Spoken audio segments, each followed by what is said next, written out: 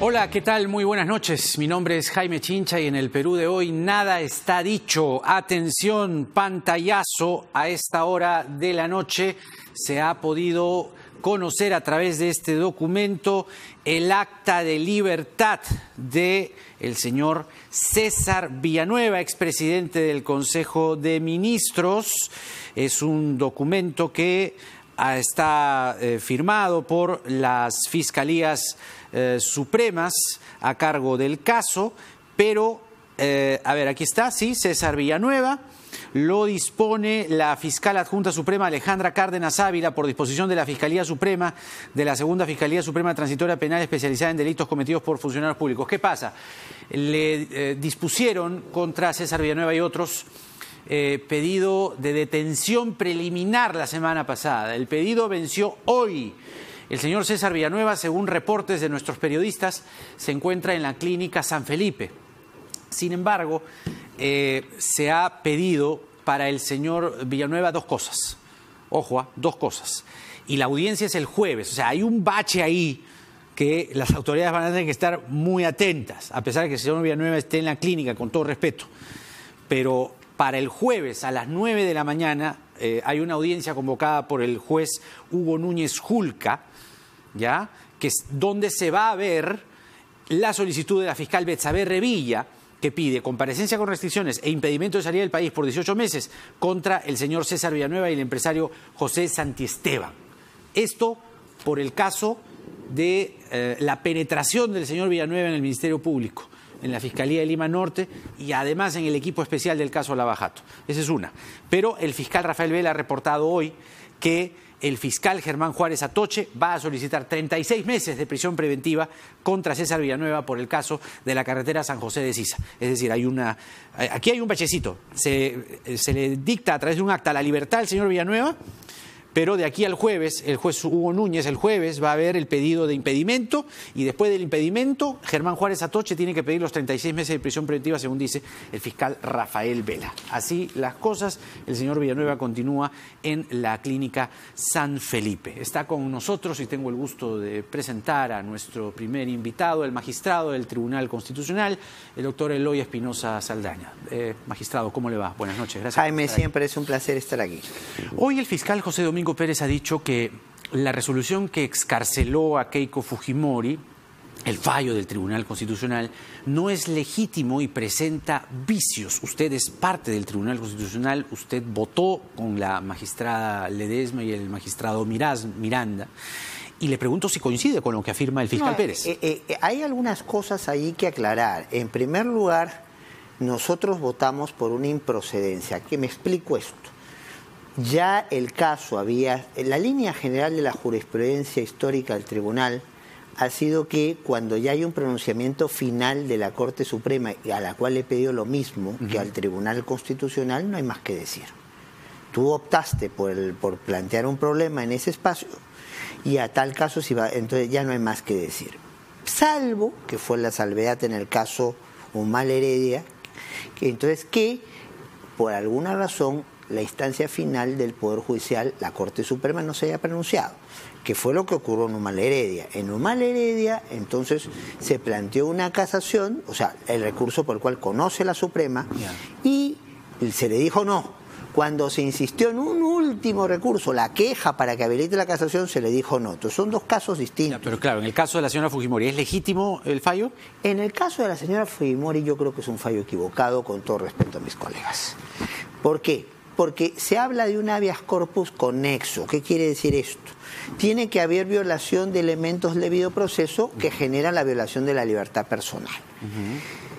¿Y qué es lo que ocurre? Entonces, Carlos habla que él considera que por un hecho futuro, entonces muy respetable la evaluación, pero por un hecho futuro no habría una violación de esos elementos del debido proceso, no directamente a la libertad personal. Y los colegas consideran, Sardón, Ferrero y Blume, consideran que sí se violaron todos los elementos de la libertad personal, pero porque se violó el debido proceso. Entonces, si es un fallo equivocado, ¿se tiene que volver a votar como lo está pidiendo el procurador del Poder Judicial? Ahí hay alternativas a mirar. En primer lugar, aun cuando ya es de público conocimiento el texto para el correo de las redes, no estoy cometiendo ninguna infidencia. No, es público. Entonces, creo que hasta un chico de transición lo tiene en mano. Entonces, lo que está planteando el procurador se parece más a un pedido de nulidad que a un verdadero pedido de aclaración.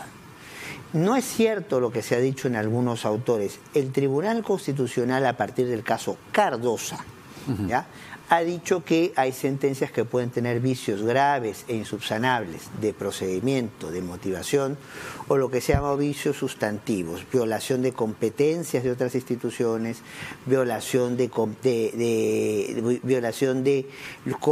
precedentes fijados por el tribunal, etcétera, etcétera. Pero el fallo Keiko Fujimori cumple esos requisitos, es decir, el procurador del Poder Judicial lo que les está pidiendo es que voten de nuevo. Él acusa una falta de congruencia, que es un motivo de motivación.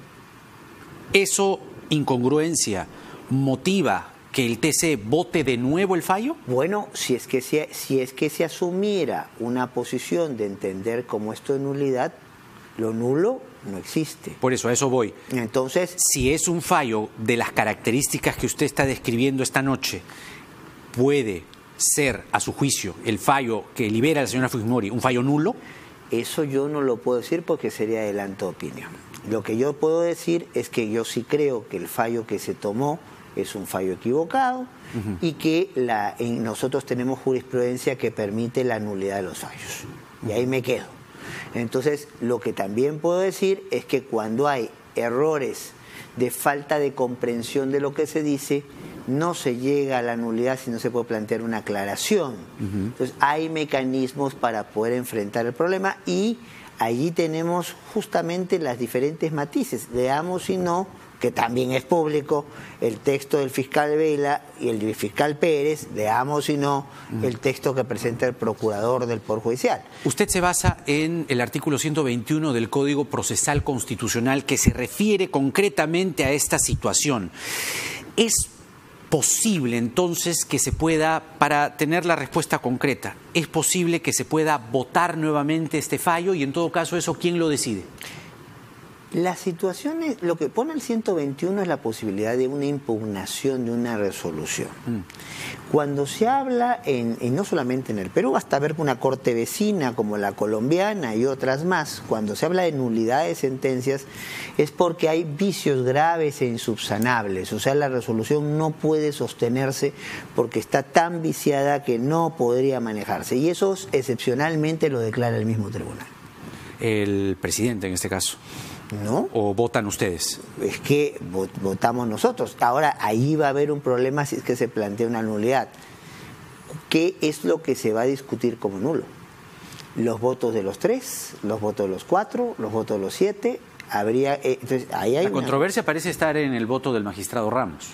La controversia en realidad está en todo, porque finalmente, desde nuestra posición, ya el caso estaba resuelto, nos guste o no nos guste, por el Poder Judicial. Entonces, por eso, si el caso estaba resuelto, nosotros invocamos que en el proceso penal se haga el análisis más en detalle, Yoshiyama Sasaki y demás. Claro. Entonces, no corresponde a un juez constitucional entrar a hacer una evaluación como si fuera un juez penal, lo que con todo respeto hace con error el voto de Blume, Sardón y Ferrero. Entonces, hay muchos elementos por los cuales aquí podría haber algún nivel de discusión.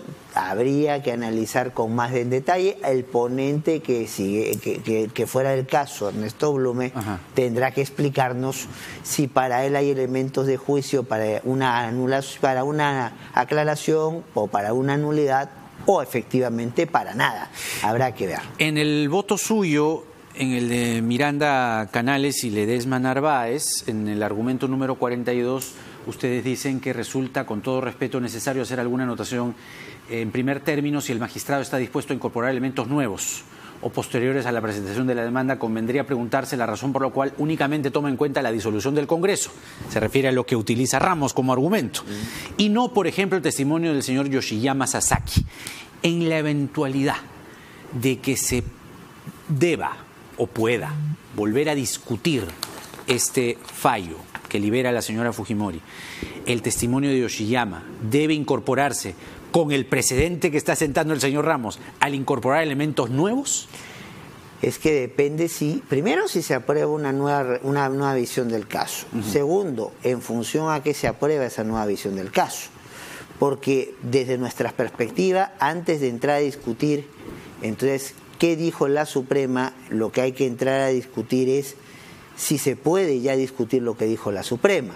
Entonces, si la Suprema, el pronunciamiento suyo, hay que considerarlo como un pronunciamiento final, buenas noches los pastores, ya está resuelto el asunto.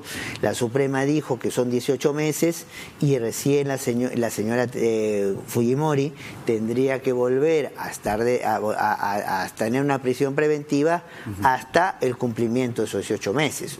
Ahora, si se dice, no, vamos a entrar al fondo de la discusión e incorporar todos los elementos que hayan venido después, claro, en ese contexto puede entrar Yoshiyama Sasaki y un montón de cosas más.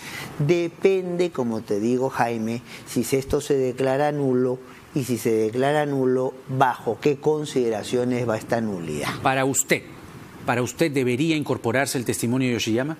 Para mí no hay más caso que resolver porque ya lo resolvió la Corte Suprema y la resolución de la Corte Suprema no tiene vicio alguno como para dejarla de lado.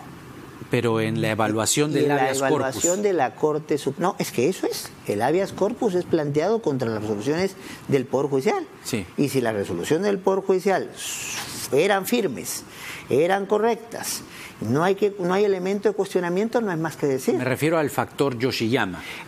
Pero por eso mismo, el factor Yoshiyama es importante, sí, trascendental para el proceso penal de fondo. Es indispensable para cambiar la decisión de una prisión preventiva que ha sido levantada o no. Depende de qué perspectiva se ponga. Si usted considera, como consideramos el magistrado Ledesma, el magistrado Miranda y yo, que el asunto estuvo bien resuelto por el Poder Judicial y que no debió decirse menos de 18 meses para Keiko Fujimori, como para cualquier otra persona en esa misma situación, entonces ya no hay discusión sobre Yoshiyama Sasaki y lo que venga después. O sea, para usted lo que debió pasar es que la señora Fujimori cumpliese los 18 meses de prisión preventiva como lo resolvió la Corte Suprema. Así es, porque ya había elementos suficientes en el pronunciamiento para justificar que había un riesgo de interferencia en el tratamiento. De acuerdo a lo dicho por el procurador, no se puede hacer sentencia de mayoría, y me refiero al fallo, ¿no? Él se está refiriendo al fallo. No se puede hacer sentencia de mayoría si es que los fundamentos son contradictorios, que parece que es lo que está pasando y usted mismo lo está diciendo. ¿Está de acuerdo con esa opinión? Vámonos con cuidado porque si el caso se plantea y la discusión va por allí, me van a acusar de adelanto de opinión. Entonces, vuelvo un poco a explicar las categorías para que cada cual saque su deducción. En el tema concreto si yo lo que estoy planteando es una aclaración es solamente poder decir, oiga, esto que usted ha dicho no se entiende bien, explíquelo mejor. Si lo que usted está planteando es una nulidad, cosa que es a lo que va en el fondo cuando se emita un nuevo pronunciamiento, es decir, que el anterior es nulo, entonces el parámetro de lo que se va a evaluar cambia significativamente. Entonces, y ahí hay que ponerse. Entonces, finalmente, esto, ¿cómo se va a entender? ¿Cuando se pide nuevo pronunciamiento o solamente entendiendo la literalidad de lo que dice aclaración? ¿Se va a entender nulidad como lo piden claramente los fiscales o se va a ver, oiga, aquí hay una cosa que no entiendo, que se oscura en la redacción, explíquemela mejor, y eso es nulidad? ¿Cómo fue, si pudiese contarnos esta noche, el tránsito, las opiniones, los puntos de vista, quizá las conversaciones, no sé si las discusiones entre ustedes 7 para arribar a esta sentencia que libera a la señora Fujimori? Y hablo de tránsitos porque tal parece que no solo en el tema Fujimori, sino en otros temas también, algunos magistrados cambian de opinión rápidamente, parece que saltan de una y a otra y a otra. Vamos por partes. En primer término, se acusa desde fuera que el señor Ramos tenía una opinión distinta con respecto al habeas corpus de la señora Fujimori. Es decir, él pensaba A y plasmó en sus deliberaciones B con respecto a la señora Fujimori. ¿Es cierto eso? Yo tengo que desmentir eso. Yo puedo decir que Carlos Ramos fue a conversar conmigo con mucha anticipación y me dijo que a él le parecía que la señora Fujimori debería ser liberada de la prisión preventiva. Eso me lo dijo él. ¿Con cuántos días de anticipación, si se pudiera saber? Casi desde que el caso entró al tribunal. O sea, yo no compartí su posición, no la comparto hasta ahora, pero la respeto. Y Carlos, en ese sentido sí debo ser claro que Carlos no, que por lo menos en el fuero de lo que nosotros conocemos, no cambió de opinión. Que yo no esté de acuerdo con sus fundamentos es otra cosa, pero a mí y a alguno de los colegas nos dijo con claridad que para él Keiko Fujimori debería ser liberada. ¿Para usted la votación del habeas corpus fue 4-3 o 3-1-3? Eso es lo que precisamente nos piden decidir, Jaime. Eso es precisamente lo que nos piden decidir. O sea, no está claro. Hombre, es difícil entender. Porque sabe que si es 3-1-3, la cosa es distinta, ¿no? Es distinta, sí, es distinta. Porque si fuese 3-1-3, no debió ser liberada la señora Fujimori. Ahí hay que ver. Finalmente, si el 1 es irreductible, juega la lógica del voto dirimente de quien preside el tribunal. Pero es que ya no sería 1, sería 4. Depende de donde lo cuente. Habría que revisarlo, ¿no? Sobre eso no puedo adelantar opinión. La magistrada Ledesma, el día viernes 27 de septiembre, en el semanario Hildebrand, en sus 13, dijo que tanto ella como usted son considerados en el Pleno del Tribunal Constitucional como adversarios al fujimorismo. ¿Suscribe usted estas afirmaciones? No, yo no soy ni pro ni contra nadie. Yo lo que me dedico es a hacer mi trabajo. Respeto la opinión que pueda tener Marianela Ledesma sobre mi perspectiva, pero ella es adversaria del fujimorismo. Habría que preguntárselo a ella. Yo lo que entiendo de que lo que nos ha comentado después es que ha dicho en la entrevista en cuestión que la entienden como adversaria al fujimorismo y eso lo está viendo ella en sede penal, que no sé en qué estado está, sé que está en el asunto viéndolo con la fiscal de la Nación. Pero aquí hay una cosa, Jaime. Los jueces constitucionales no somos ni debemos actuar como operadores políticos de nadie. Pero usted dice, y recuerdo bien, ella sostuvo que hay quienes la perciben, ¿no?, la sitúan como adversaria al fujimorismo. Entendiendo esta aseveración, ¿también habrán simpatizantes del fujimorismo en el TC? Yo soy simpatizante de la labor de la interpretación constitucional. Oiga, fue toda una sorpresa la elección de la presidenta del Tribunal Constitucional el día lunes, porque los voceados, hasta lo que yo recuerdo en mis recortes, eran usted y eran el magistrado, o era el magistrado Ferrero. La señora Ledesma había comprometido su voto para usted, para que usted sea elegido junto al magistrado Miranda. Y no solo junto al magistrado Miranda. O sea, yo no quiero entrar en este tipo de situaciones. Creo que mi responsabilidad, independientemente de cualquier cargo, es dar a conocer la Constitución, los parámetros para protegerlas. Pero usted acaba de decir que no solamente con usted y el magistrado Miranda, con alguien más. Es que ya algunos medios lo han dicho, yo no tengo por qué oírlo. Hemos estado en la oficina de Manuel Miranda Canales hasta 2 minutos antes de las elecciones. ¿Quiénes? Manuel Miranda Canales, Marianela Ledesma, Carlos Ramos y Eloy Espinosa Saldaña.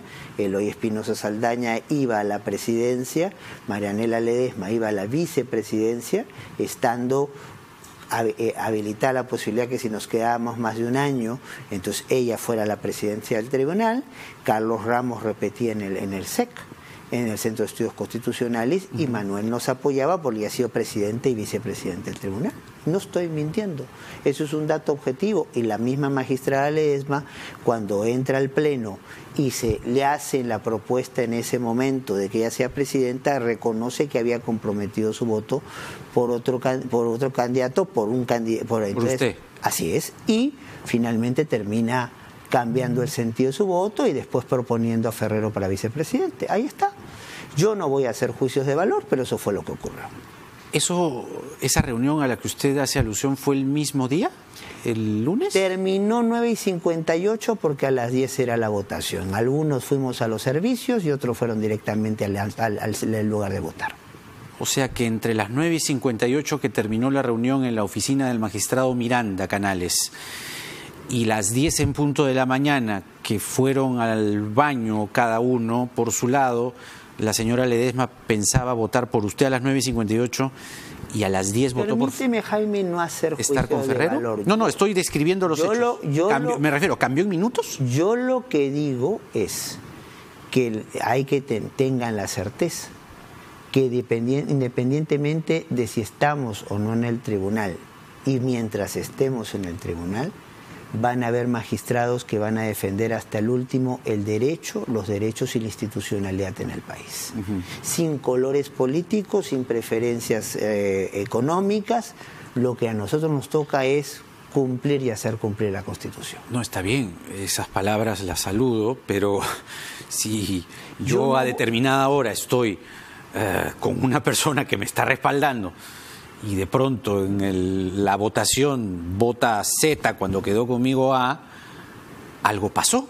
Yo no voy a hacer juicios de valor. No juicios de valor, hechos, le pido hechos. ¿Qué pasó? Los hechos son descritos allí, no lo sé. No, pero entre las 9:58 y las 10 pasó algo. Una propuesta del magistrado Ferrero a la magistrada Ledesma cuando estábamos en el Pleno, y la magistrada Ledesma reconoció que iba a apoyar un candidato, pero que la propuesta le resultaba tentadora y terminó cambiando, y terminó votando en otro sentido, y ella misma después terminó proponiendo como vicepresidente a Ferrero. ¿Tentadora? Dijo, por el reto. Yo creo que es importante asegurar, nadie más que quien le habla en el tribunal se ha preocupado por sentencias en defensa de los derechos de la mujer. Aquí no se entienda como que es una descalificación a las mujeres que tienen cada día un papel muy importante en el país, que son la mayoría del país y la mayoría más pujante en el país.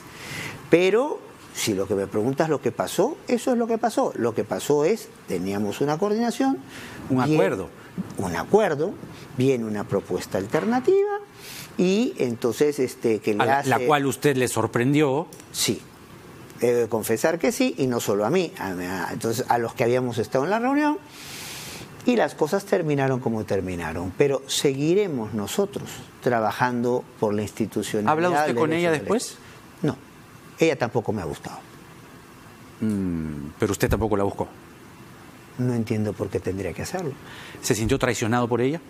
No me interesa hacer ese tipo de comentarios, con todo respeto.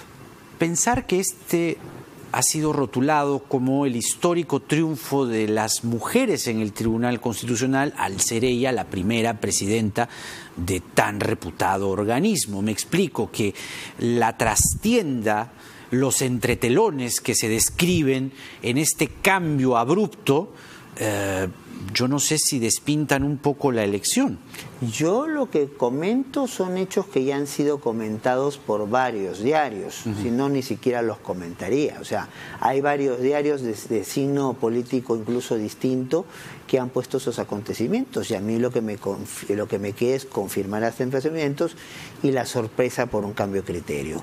Pero reitero, sea cual fuera la condición, el compromiso ineludible por hacer el trabajo que nos corresponde como jueces constitucionales. La abogada constitucionalista Beatriz Ramírez escribe en su cuenta de Twitter algo bien interesante, se lo quiero comentar. A ver, ¿qué dice Beatriz? Titula El lado B de la elección de la primera presidenta del TC. Ella dice, y la cito: para que su gestión dure, la de la señora Ledesma, no debe haber renovación de magistrados con mandato vencido, sino asumirá como presidente el vicepresidente Augusto Ferrero.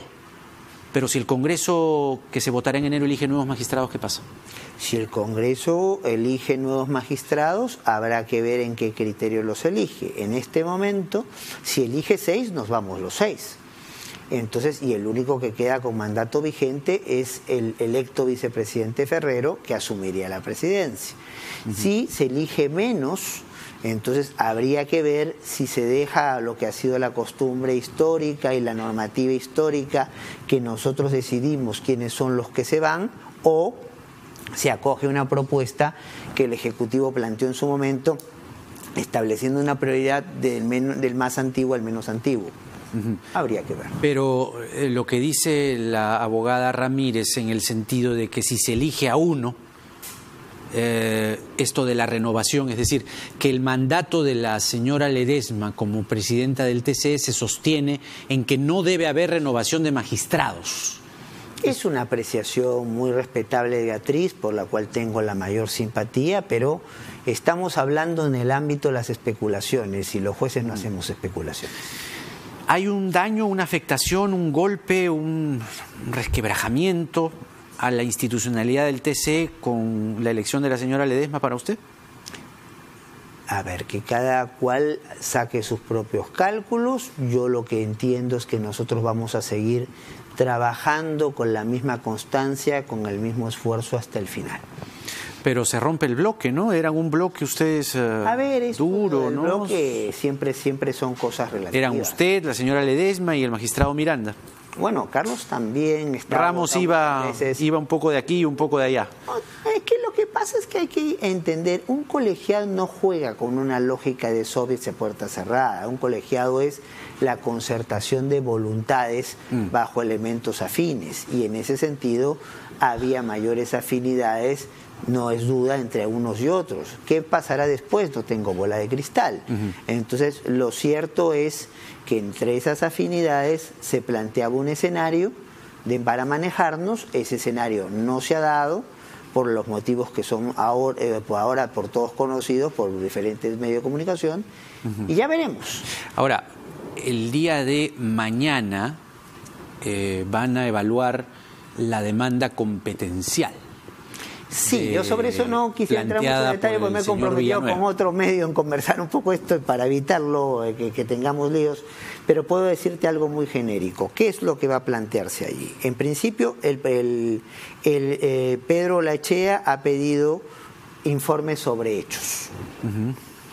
¿Qué es lo que se ha planteado allí? Varias instituciones han pedido lo que se llama amicus curiae, el amigo del juez, ilustrar al juez. Por la importancia de lo que es la labor del defensor del pueblo, entonces se ha permitido que él ese informe lo haga verbalmente en la audiencia. Y hay varios informes que podrían presentarse por escrito. Escucharemos a los abogados, escucharemos los informes, y en función de eso ya no nos pronunciaremos por una medida cautelar, sino pronunciaremos sobre el fondo de la controversia. Pero que, como ya se ha dicho hasta la saciedad, no cambiaría los hechos, sobre todo el calendario electoral. Bueno, el calendario electoral va, y eso es una tendencia de la jurisprudencia del tribunal desde el caso Lizana. Entonces, pero de hecho, las causas están para resolverse. Y para tratar de resolverse de la mejor manera posible en el menor tiempo posible. Muy bien, doctor Espinosa Saldaña, muchas gracias por esta entrevista. Ha sido muy interesante poder conversar con usted como siempre. Muchas gracias, y siempre a disposición, porque creo que la labor del juez constitucional es explicar, acercar, ayudar a comprender mejor cuál es el trabajo, lo que podemos hacer y lo que no podemos hacer. El magistrado del Tribunal Constitucional, Eloy Espinosa Saldaña, con nosotros. Vamos a la pausa y regresamos para conversar con Eduardo Herrera. Él es abogado, es autor del libro El cerebro corrupto, desnuda tramas en la judicatura peruana, nunca tan oportuno, desde Cuellos Blancos y desde mucho tiempo antes, pero creo que Cuellos Blancos es un caso emblemático, y todo lo que se ha ido destapando. De hecho, los magistrados que acompañan a Villanueva, por el amor de Dios, nada está dicho.